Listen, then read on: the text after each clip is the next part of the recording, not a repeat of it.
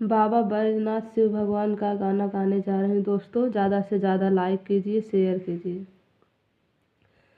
काहे देला ना दर्शनवा बोल शिवजी, हाँ हाँ बोल शिवजी, हाँ हाँ बोल शिवजी। काहे दिला ना दर्शनवा बोल शिवजी। बेलपत्र तो है चढ़ाए जाई के बैजनाथ के धमवा। काहे देला ना दर्शनवा बोल शिवजी, काहे देला ना दर्शनवा बोल शिवजी।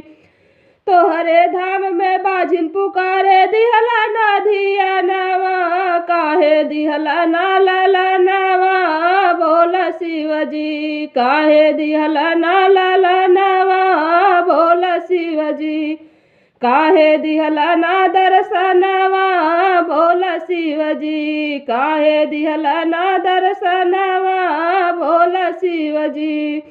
हाँ हाँ बोल शिवजी, हाँ हाँ बोल शिवजी। काहे दिहला ना दर्शनवा बोल शिवजी। बेलपत्र तो है चढ़ाए आई के बैजनाथ के धमवा। काहे देला ना दर्शनवा बोल शिवजी, काहे देला ना दर्शनवा बोल शिवजी। तोहरे धाम में अंधा पुकारे काहे दिहला ना धियानवा बोल शिवजी।